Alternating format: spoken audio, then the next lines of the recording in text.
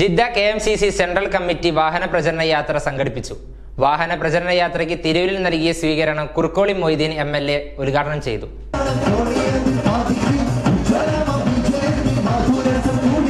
India ജയിക്കണം, മതേതരത്വം വീണ്ടെടുക്കണം എന്ന സന്ദേശവുമായി ജിദ്ദ KMCC സെൻട്രൽ കമ്മിറ്റി സംഘടിപ്പിച്ച പ്രവാസി റോഡ് ഷോ വാഹന പ്രചാരണ യാത്രയ്ക്ക് തിരൂരിൽ സ്വീകരണം നൽകി. കുറുക്കോളി മൊയ്തീൻ MLA സ്വീകരണ യോഗം ഉദ്ഘാടനം ചെയ്തു.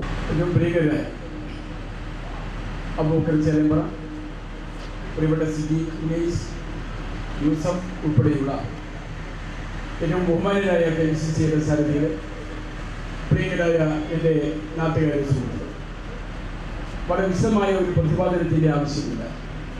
18ാം ലോക്സഭയിലേക്കുള്ള തെരഞ്ഞെടുപ്പിൻ്റെ പ്രചാര പ്രവർത്തനങ്ങൾ, പരസ്യമായുള്ള പ്രചാര പ്രവർത്തനങ്ങൾ ഇന്നത്തോടുകൂടി വൈകുന്നേരത്തോടുകൂടി തീരുകയാണ്.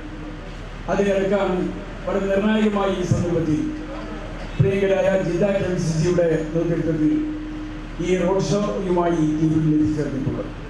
ഞാൻ ഇതിൻ്റെ സാരഥികളെ തിരൂർക്കാർക്ക് വേണ്ടി പ്രത്യേകം അഭിനന്ദിക്കാൻ ഈ സന്ദർഭം ഞാൻ ഉപയോഗപ്പെടുത്തുകയാണ്.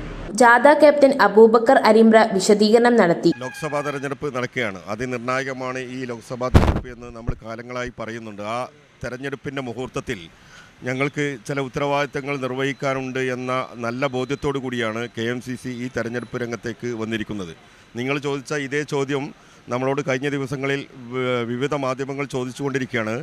ഈ തെരഞ്ഞെടുപ്പിൽ നമുക്കറിയാം, നമ്മുടെ രാജ്യത്ത് ഇനി ഒരു തെരഞ്ഞെടുപ്പ് നടക്കുമോ എന്ന ആശങ്ക ജനങ്ങളിലുണ്ട്. പ്രത്യേകിച്ച് രാജ്യത്തിന് പുറത്തുള്ള ആളുകളാണ് വളരെ ആശങ്കയോടുകൂടി നമ്മുടെ രാജ്യത്തെ നോക്കിക്കാണുന്നത്. നമുക്കറിയാം, ലോകത്തിൻ്റെ വിവിധ രാജ്യങ്ങളിലായി ഏകദേശം 1.5 കോടിയിലധികം ഇന്ത്യക്കാർ പ്രവാസികളായി വിവിധ രാജ്യങ്ങളിൽ ജോലി ചെയ്യുന്നുണ്ട്. 1.5 കോടി ഇന്ത്യക്കാർ പുറത്തുണ്ട് എന്നത് ഇന്ത്യ ഗവൺമെൻറ്റിൻ്റെ തന്നെ ഔദ്യോഗിക റിപ്പോർട്ടാണ്.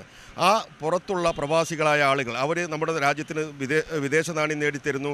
കേരളം പോലുള്ള സംസ്ഥാനങ്ങളുടെ നിലനിൽപ്പിന് തന്നെ ആധാരമായി, അടിസ്ഥാനമായി നിലനിൽക്കുന്നത് പ്രവാസികൾ നാട്ടിലേക്ക് അയക്കുന്ന പണമാണ്. അപ്പോൾ ആ പ്രവാസികളെ തീരെ പരിഗണിക്കാതെ, നമുക്കറിയാം, പ്രവാസികൾക്ക് വോട്ടവകാശം നൽകണം എന്നത് ഏറെക്കാലമായി ഇന്ത്യയിലെ മുറവിളിയുള്ള ഒരു കാര്യമാണ്.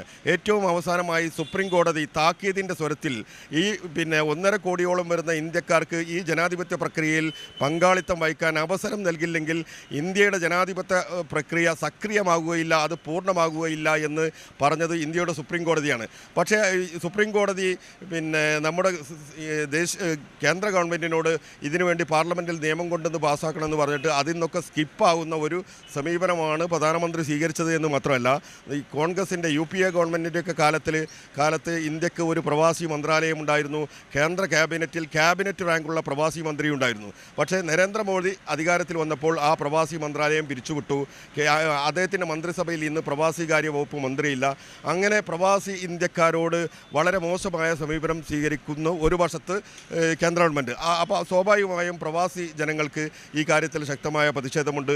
അതിൻ്റെ ഞങ്ങളുടെ ഒരു പ്രതികരണം ഞങ്ങൾ നേരിട്ട് ഇവിടെ അറിയിക്കുകയാണ്. Vice captain Ishab Poontholi, TP Abdussalam, Yusuf Ezhur എന്നിവർ ഹാരാർപ്പണം നടത്തി. KK മുഹമ്മദ് റിയാസ്, മുഹമ്മദ് കുട്ടി പാണ്ടിക്കാട്, മൂസ പട്ടത്ത്, ഉനൈസ് VP മുഹമ്മദ്, ഷാഫി പയ്യനങ്ങാടി, നാസർ പുത്തനത്താണി എന്നിവർ പ്രസംഗിച്ചു. ന്യൂസ് 99 തിരൂർ.